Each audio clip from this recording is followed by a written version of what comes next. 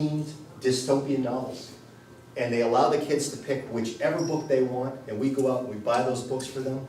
We had kids reading dystopian novels that have not read a book all year, who came to us and said, man, this is great, do you have anything like this that I can read? Right? So the connections are there if you're willing to explore them and have an open mind. And I'm telling you that if we can do this at the high school level, where people tend to be very siloed, at least in traditional high schools, if we can do this, anybody can do it. So in building, obviously that culminating project, they went out to the community and removed the milfoil and started to work. So you're seeing, we're coming back to civic engagement, right? Coming back full circle. We actually made it is all connected. One of the other great entry points, and I didn't put this up here, but I think we should, are natural needs in the community. So an example of this is when our kids started to explore this and they learned about Powwow Pond filling with vegetation, about how some people who have camps on the pond can no longer use the pond, they started looking for community connections, and they discovered that there's a Kingston Conservation Commission who's trying to deal with that problem. And so we partnered with them, and our kids went out and made rain gardens on the properties of all the homes abutting the lake, so that as people washed their cars or they fertilized their gardens and it rained, the rain garden would absorb the nutrients before the nutrients made their way into the water supply, essentially choking off the plant's life source, which is the fertilization. And in this past year, the natural community connection was we have a forested land, a tract here in Kingston, that was donated to conservation. And if you walked on there, miles and miles of trails, it's called Fry Forest. And if you walk on those trails, you will see large oak trees being completely choked off, wrapped around by these invasive Japanese knotweed plants, which are not native to New England. You see all kinds of different invasive species. Our kids went into that forest and they identified the invasive species with the assistance of some experts from the UNH Cooperative Extension, and they removed those. I mean, they were hacking with machetes and digging with, and they removed as much as they could, and it's going to be an ongoing process of our students helping to maintain that forest in its natural state without those invasive species. So the big thing we wanted to lead off with is the thinking, to think with big ideas and big concepts. And then how do we trickle down to what does that look like from an assessment lens? Like what are we assessing when we're doing that? What's valuable? We had a point in our rubric talk yesterday where we talked about how the difference between assignments that have a criteria and the rubric. Because criteria are incredibly important. You have to have a list of everything that needs to be part of this project, right? The kids needed to go out and they had a list of things they had to do as far as finding invasive species and all those type of things. They had a list, they had a criteria of things they had to do. But a rubric's different. A rubric takes I found the invasive species, this is how many we found here, what does that mean? That's part of the rubric. Making meaning of that work. Where did kids fall there? Were they able to make connections to what they learned in science and what they found and their actions?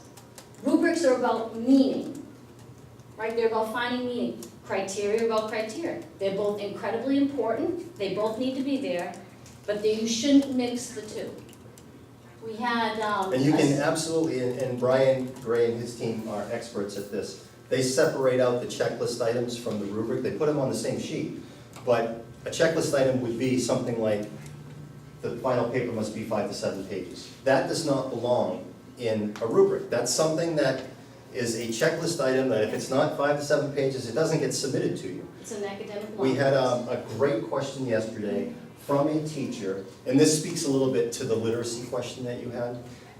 The teacher said, well, this is a social studies teacher, who said it's very important to me that when students hand their materials into me, that they are free of, or at least for the most part, free of grammar problems and punctuation issues and all that.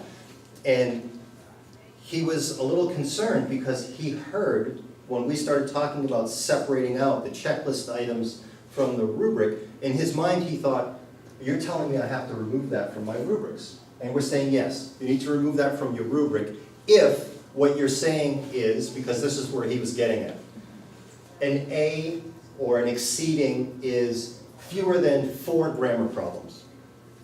And a meeting is fewer than 10 grammar problems. He was quantifying the number of mistakes. That's a checklist item. If you want to have that on the checklist that says your paper must be proofread before it's submitted and must be grammar problem free, checklist item. However, if you wanted to turn that into something that's rubric based, you absolutely can do that.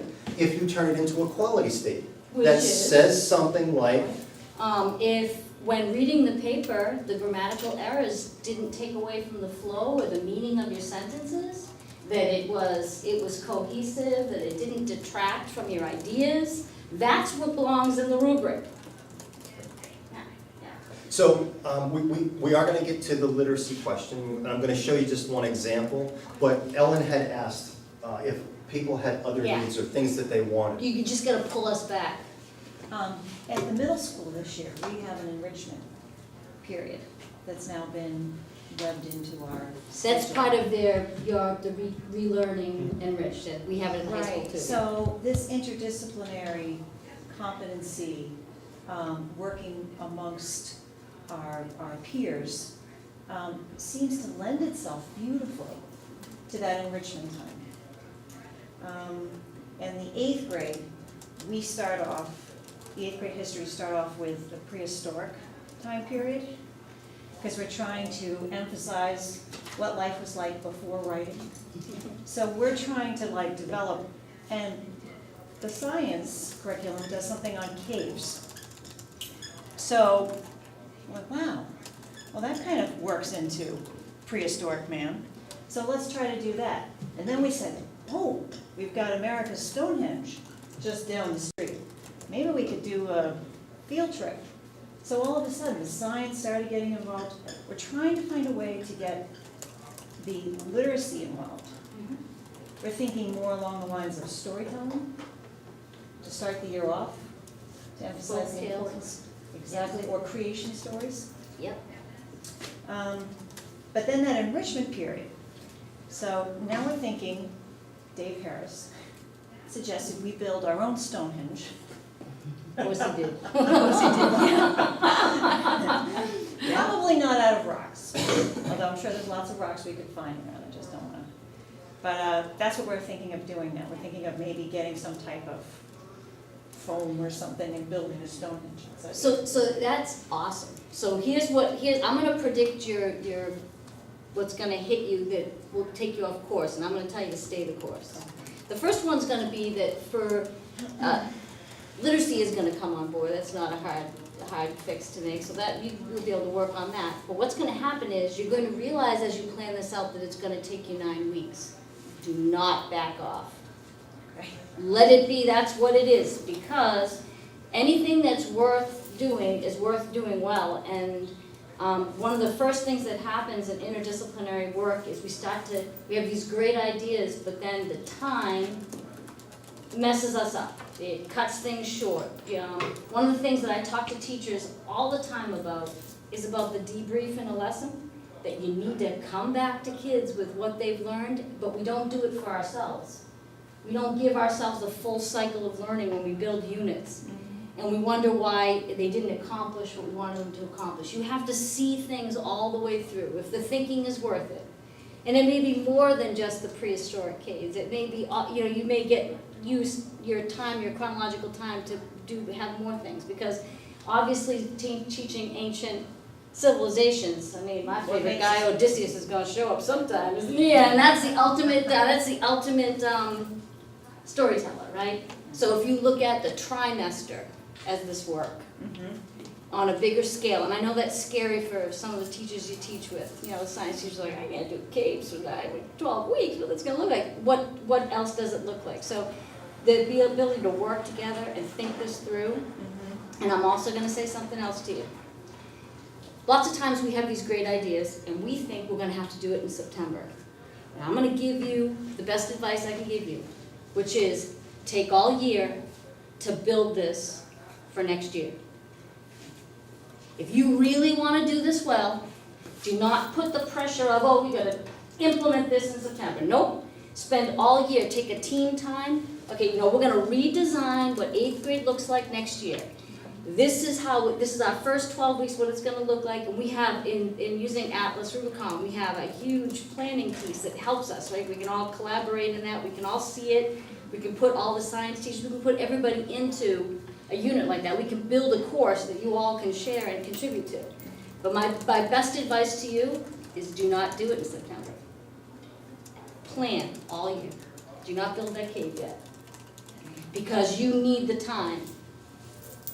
And So- things are For gonna next hit you. year. And I put, I kind of rephrased your talking about enrichment, because when I heard enrichment, I thought, not all schools have that intervention block.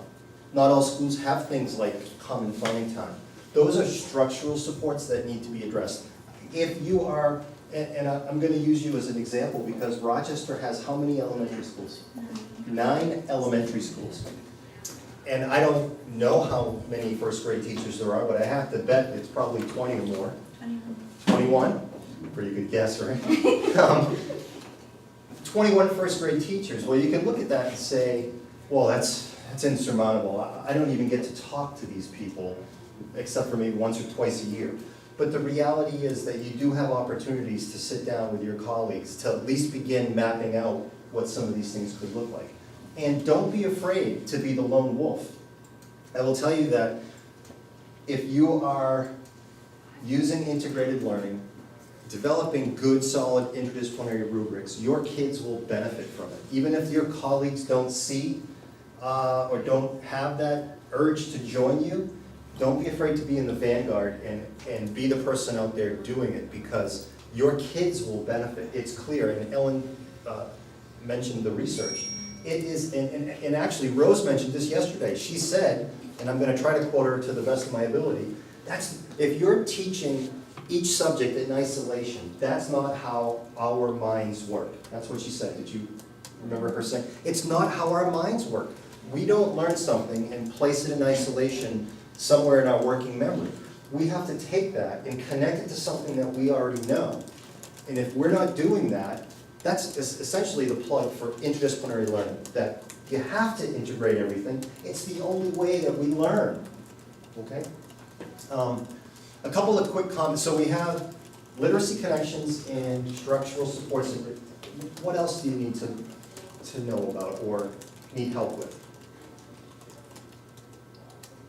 Yes? I want to make sure I'm doing things right. So what I did is I pulled up some of the things I do. So because you know how I work all by myself, but I've really tried to bring it into other subjects. So now, like if we do a Google SketchUp and I say design a Cape Cod house and have 2 stories and a high-pitched roof and a front door and symmetrical windows. But now I need to bring in the math piece and have the measurements of the house. And we do this all alone. And then hopefully they'll transfer that learning to their math class, but I don't work with that math teacher. Well, you know, you may wanna think about social studies. Oh, I do a lot with Because- social studies, I have that, hold on. So if I do social No, studies. in the case of the house, I'm saying. Oh, in the because- case of the house, because a like big part instead of of- a ranch and a gambrel and a. Well, part of social studies is how people, help me, social studies people, how people impact with their habits and how they live impact the environment, right? Or impact the world. So, you know, you can only build certain houses certain ways in certain places, and so people. Different things. Say So- that again? You needed the chimneys in different Right, parts we of the do house talk for about certain that. things. Right, okay, but I don't And that put would it be in. colonial times and Right, such like we do that. talk about that, Yeah. yeah. No. But we talked about when, in the 1960s, when they built Yeah. all those developments with all those, Right. But it's how ranches. man impacts the environment, right? The geography. Sometimes it's just easier. But just that one unit, I mean, if you sat down, I guarantee you, if you sat down with a core group of teachers in your building and you said, I need to integrate as much as I can I'll tell you right now, the math teachers would go crazy, because they would say, wow, you said high-pitched roof, that's slope. Right. My kids need to understand slope, right? But what you So- have to understand is I'm not a mathematician. No, but there's I no don't wanna reason why go they, there. no reason why